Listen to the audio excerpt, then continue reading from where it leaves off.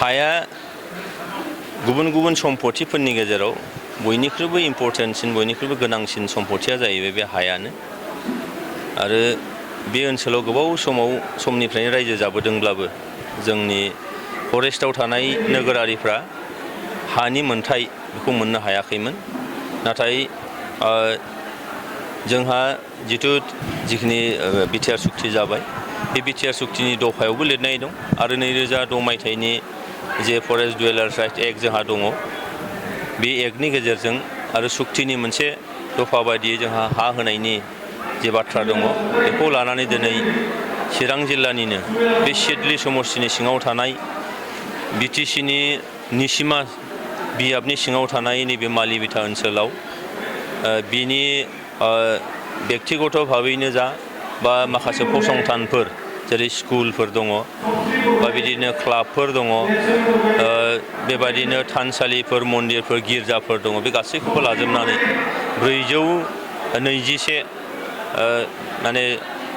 खान जेबा बेबायदिनो अनुष्ठानफोरनो हानि जे मोनथाय बेबा लेन्ड पसेसननि जे सार्टिफिकेट बेखौ दिनैहाय राननाय जाबाय दा बेयाव फैनानै आं जोबोद गोजोननाय मोनदों बे जोंनि UPPL सरकार थामहिनबा प्रमद बर' बिथां दैदेननाय सरकारनि मोनसे रायजोनि खाथियाव मोनसे प्रतिश्रुतिमोन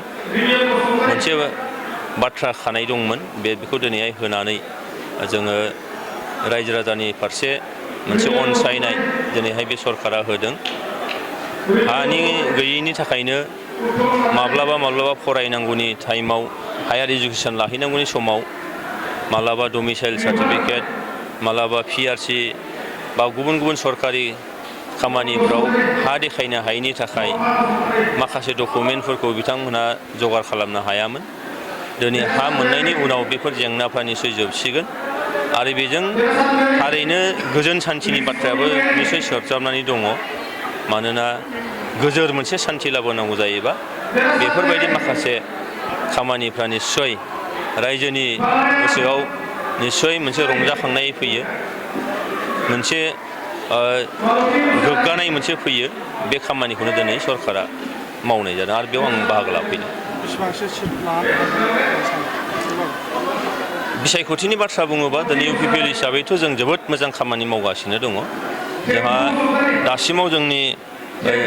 एकदम ग्रासरुट लेभेलनिफ्राय खामानि मावनानै जि मोननाय बे बाथ्राखौ नायोब्ला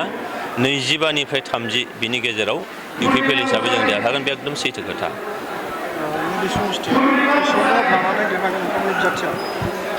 बेखौ जोङो दा खामानि मावबाय थादों नैबे समाव जोङो खाथाङै बुंनो हाया खिन्थु देरहागोन बे हले सैथो डिफारेन्सआ बेसेबां फैगोन बेखिनिखौ जोङो बे बिसायख'थिनि खामानि मावबाय थानाय निसय बे टाइमाव जों आरोबाव थाल मोनगोन गामाखालि बोसोरनि बायदिखौ नायोब्ला बा दाखालि जोंनि बाइ इलेक्सननि खोथाखौ नायोब्ला नैबे समस्तियाव जोङो गैयाब्लाबो 3निफ्राय 4 रोजा डिफारेन्सआ जोंहा दंखायो बेनिखायनो एइबाराव जोङो 6निफ्राय 7 रोजा डिफारेन्सआव निसय जों फैगोन आरो बेजों देरहागोनखौ जों रोखा नुयो